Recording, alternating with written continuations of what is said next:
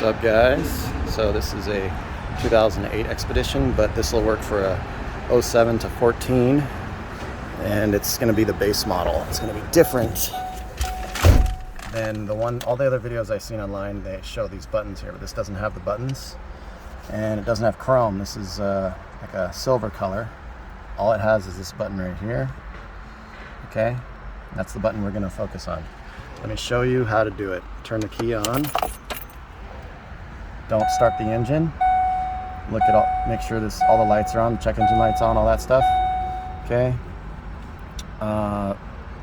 That's convenient right now because I already reset it, but if you just simply push this, just tap it. Tap, tap. Now it's over here. Now you hold it. Let go. When it says system check, tap it. Hold it. Done. Turn it off. You're done. Do it again. Get that menu.